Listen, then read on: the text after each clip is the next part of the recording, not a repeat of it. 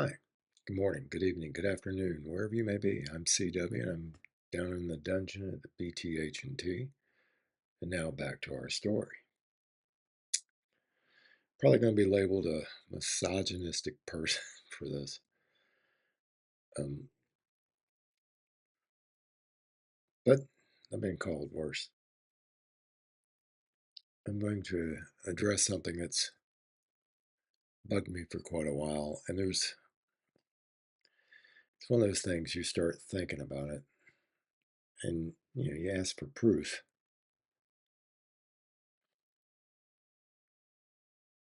In 1948, they made a great movie called I don't know, was it Joan of Arc? I don't know. Victor Fleming, Ingrid Bergman, I think even Ward Bond. I don't know what he was. I doubt he was a cowboy in the Hundred Years' War. But it was about the Hundred Years' War and Joan of Arc. Background: Hundred Years' War was a quite a little series of conflicts and battles, and during the Middle Ages, or 1337 to 1453, involving mostly Spain, the Netherlands, the English, the French, and it pretty much was the fight for France. Now, enter this poor little farm girl named Joan. But I got to stop right there because already she becomes in conflict with who she really is. Of Arc.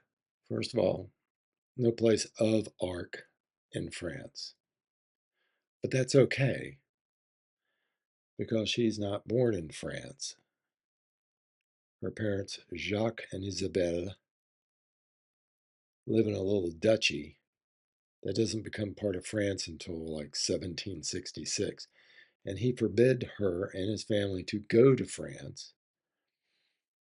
Now, Jacques, I believe, was Jacques de Marcy. Maybe that's what they came up with in ARC, but then they'd have to drop the Y. But that's as close as Joan of Arc comes from. So, oh, here's another thing. The woman in question is not named Joan.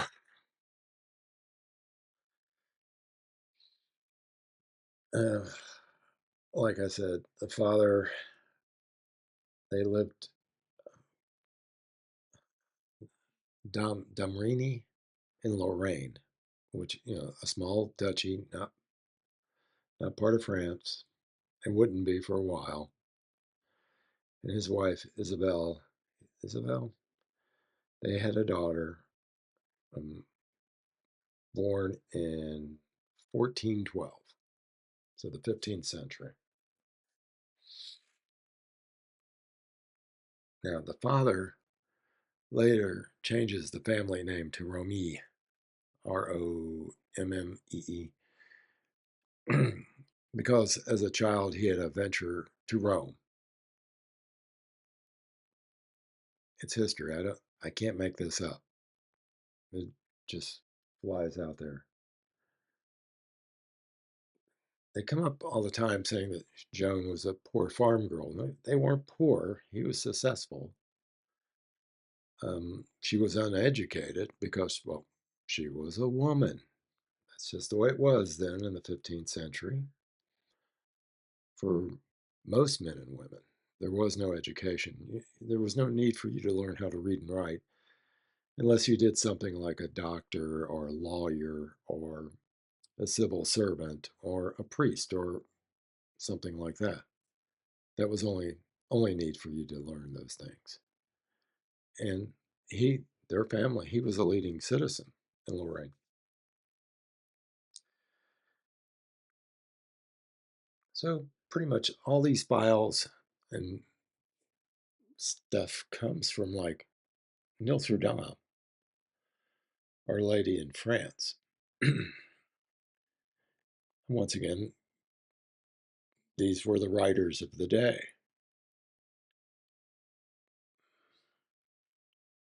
But most of it, even though she lived in the 15th century and was involved in the Hundred Years' War, very, very, very few biographies about her, just a couple.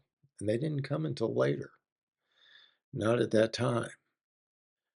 No portraits of her, no art of her at that date, that time to you know, to portray her as a, woman in iron and steel and leading the French. So you got this poor little farm girl, about 19, supposedly hears voices, and they're divine, basically. Uh, and she gets credit for liberating the city of Orleans, which is kind of funny because if you study history and military history, the city of Orleans was never under, never besieged. So how could you liberate something that wasn't captured, by the English?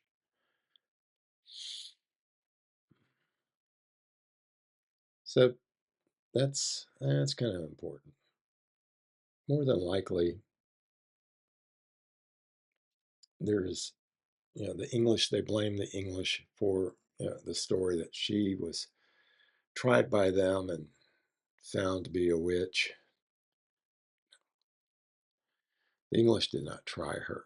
She was tried by Rouen and the University of Paris, and basically saying she was hearing voices and that they were divine.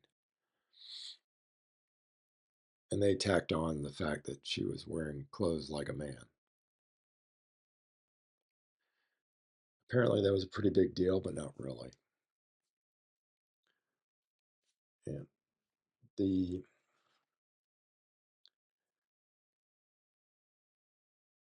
I'll go on to explain that later.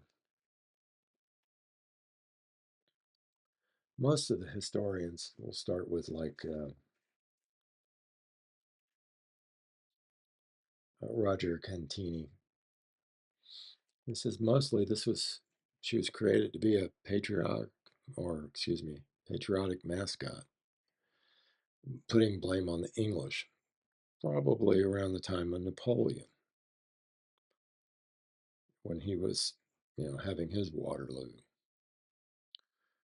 Because there's a big gap between the the Hundred-Year War and then when she makes the resurrection. Her first bio wasn't even written until like the 17th century by Edward Richer. And then that just laid around until 1911 before it was published. Again, we don't, she was in the 15th century, didn't write it until 2 centuries later. What'd you base it on? Notes from Notre Dame, they said. There's a lot of other things that go into this. But you're expected to believe that this girl, 19 years old, who can't read or write, doesn't know a cannon from a pike, and she's going to waltz into the royal court of France and say, "Look, I know what's best for this. Let me lead the army." Do you think that the commanders of the French army would say, "Oh yes, let's follow her"? Pretty doubtful. Pretty doubtful. It's possible, extremely unlikely though. There was a couple other bios, but then again, they same thing. They weren't written until like 1753, 1849, and some of these, they just languished for years. Her name was not Joan, like I said, it was Jehannette. Really close, but not real. And of course, the thing is, what was the case? She was tried, and the story was that the English killed her, and that was not true. She was tried by the Inquisition and the University of Paris. They found her at fault for saying the voices she heard were divine. I think they were from two saints, Catherine of Alexander and Saint Margaret of Antioch. So those two were real, but they, of course, were dead, and they were speaking to her about her haircut or go ahead and wear clothes. And the fact that you know, they tried her for saying that these were divine, and the fact that she dressed like a man in armor using pants instead of a woman. But nearly the same time, Pope Boniface they commended all the women who took up arms and armor and led armies, like in Scotland, the Borgadines. They had entire female artillery squads. I had no problem with that. But the clergy of Rojan, they had a problem with her dressing like a guy. So they said, we're going to burn you at the stake. And she recanted. Said, no, the voices I heard must have been, diabolical and not from God or not spiritually from the divine. They said, okay, good. Since she said that, we're going to let it slide. Give you that warning. But, and I believe, I'm going to make sure I get the date right. Yeah, that was May 23rd, 1431. Well, surprise, 6 days later, she's caught in drag again, dressing like a guy wearing armor. They said, that's it. According to this, and they put her to the stake the next day. So that would be the end of the story if this was unquestionable. But wait, like they say at midnight, there's more. So that's Rogin, the city of. It's kind of interesting that they later, the city where she was torched, elected to on the August 1st, 1439. Remember, she was burnt at the stake 1431. By 1439, she was paid August 1st, 210 lira for her part of the defense of the city. I assume she collected it. So, burn, not burn, dead, not dead. Kind of weird little story. But yeah, the Roman Catholic Church didn't have any problem making her a saint in 1920.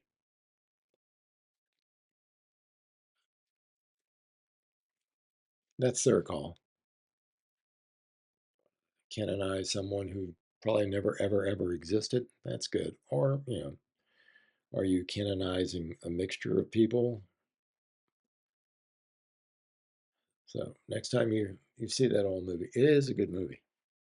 I think what's his name, Jose Ferrer, one of my favorite actors. Not this recent stuff. And then what's his name, the guy who makes great gangster movies, Martin Scorsese. He's making The Messengers, or I think that's it. And one of those is Fake Joan. Fake Joan. It sounds like a sex doll you'd blow up. Here's Fake Joan, or someone you would put in the front seat of your car if you needed, passengers to use the quick lane. I don't know where I was going with that, but for those asking, yes, I am feeling better. I went through some tests, see what's going to go on, wait for the rest of the results. So I appreciate all y'all watching, listening. I love your comments on this, but this is just sometimes you go back, but wait a minute, well, think about the poor French students, junior high going, wait, you mean she may not have happened, or she might have been um, a mixture of 3 or 4 different people? Yeah. Hey, you can write an essay and just say it was good enough for the Catholics in 1920. It should be good enough for my paper today. Don't do that. All right. Appreciate it. Leave a comment, leave a suggestion. I'll see you tomorrow.